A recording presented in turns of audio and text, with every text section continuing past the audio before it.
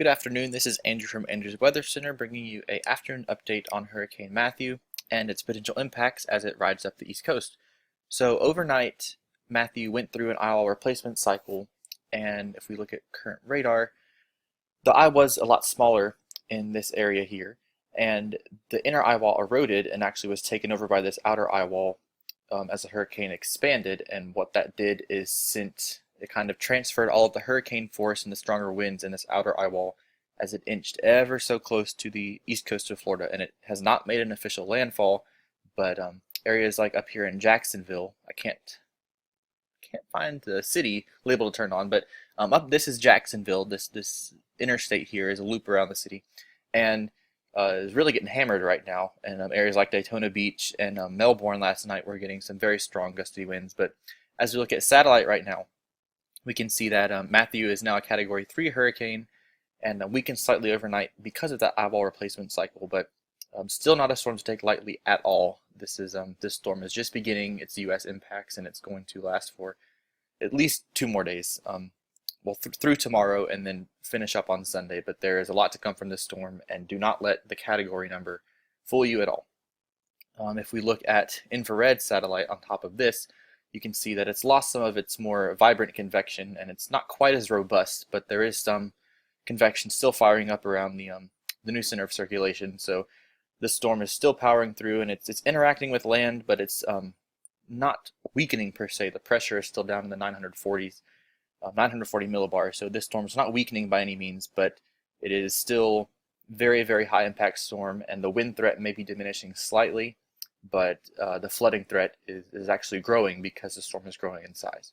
So if we look at the 11 a.m. advisory from the National Hurricane Center, you can see the western eye wall is brushing portions of the northeast coast of Florida. Again, this is an area that we don't really have an analog to compare how significant hurricanes impact this area. So it's kind of a learning curve as we go to see. Of course, the eye hasn't made a direct landfall on the East Coast, but still lots of impacts from this storm. It is a Category 3 now. Like I said, don't get hung up on the categories, but it has weakened slightly with winds of 120 miles per hour. Still moving north-northwest at 12 miles per hour, and the pressure is up to 947 millibars. So it is weakened slightly, but as I said, the storm has expanded in size and actually is following the same track. It's stayed off the Florida coast, but it's still expected to make a very, very close approach to areas around Charleston, the central South Carolina coastline. And this is kind of hard to tell from this map, but it's going to make a very close approach to South Carolina in areas that are already saturated, and inland flooding is going to be a huge problem. The wind threat may diminish slightly, but as this storm expands, it's going to push a lot of water. The storm surge is really going to be significant. I'm not going to show a map of storm surge because people tend to get caught up in the numbers and think that if they're in the 4 to 7 foot zone, that's exactly what's going to happen. The thing to take away here is that areas of coastal Georgia, coastal South Carolina, coastal North Carolina, and coastal Florida will be flooded, and there will be storm surge from Matthew pushing this water inland, especially in very flood-prone areas in coastal Georgia and some of the barrier islands of South Carolina. Looking back at radar, we can see that it's still almost to areas about Daytona Beach and Jacksonville. It's still riding up the coast, making a very close approach, and it's going to continue on this trajectory through today and into tonight and to tomorrow. And it has caused numerous power outages, about 647,000 customers without power in Florida right now. That number is quickly expected to rise. And while we're on figures here, unconfirmed reports of over 840 now perished in Haiti, and 1 death in the United States, but I cannot find a source for that, so I am not entirely sure. But this is a very dangerous storm. It's not to be taken lightly. We have not had a landfalling major hurricane in quite a while in the U.S., and we don't want people to become complacent or not paying attention to the category of the storm, because this is going to have very high impacts.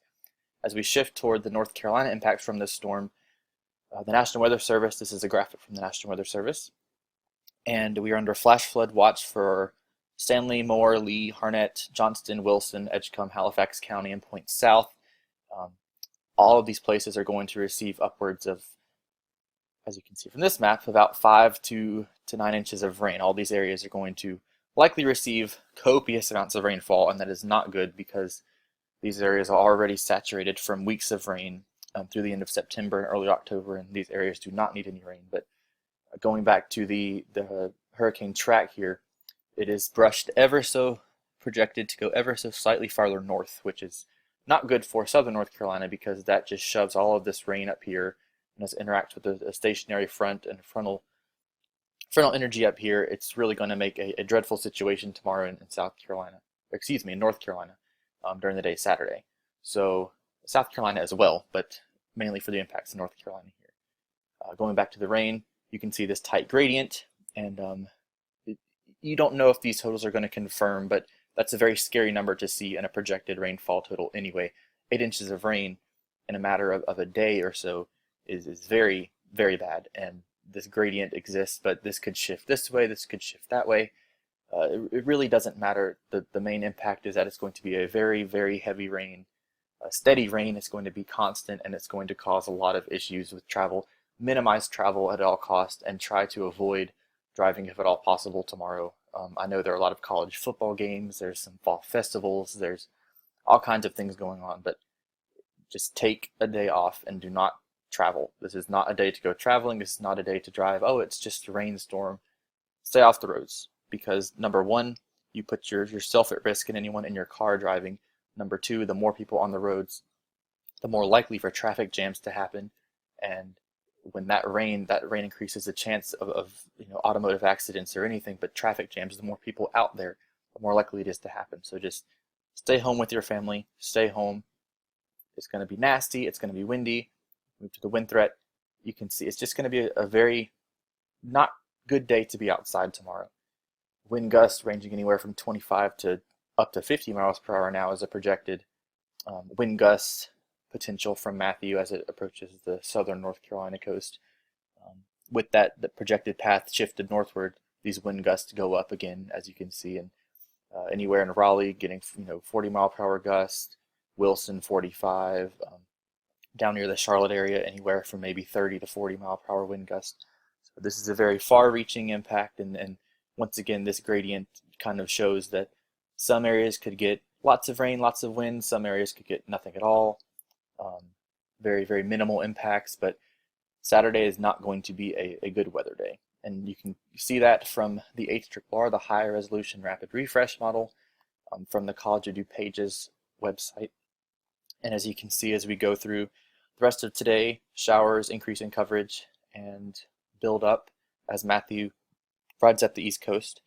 And through tomorrow morning and the late hours overnight, the rain becomes more intermittent, more steady. And that's as far as this model projection goes out. But very heavy rain tomorrow, interacting with the frontal zone is going to make for a complete mess. Do not take the situation lightly. Just stay home, stay off the roads, and it's going to be a very eventful couple of hours in Georgia, South Carolina, and North Carolina through tomorrow. And if you have any family, check up on them. If you have any travel prospects tomorrow, or you plan on going anywhere, I highly advise against it. Just stay inside. Postpone it toward another day. It's not going to be a very good travel day. I reiterate that. I've said it about 6 times now, but it's because it's dangerous. It's dangerous to drive in these kind of conditions. Our thoughts are with the people in Haiti and in Florida, and once again, just check on any loved ones or any friends that you have in those locations to make sure they're all right, because this storm is not at all over and it continues to ravage up the East Coast and then go on its rampage. So I think that is it for this update, and I'll plan to do another one this evening. So I think that is it for now, and until next time, stay safe and do not travel tomorrow.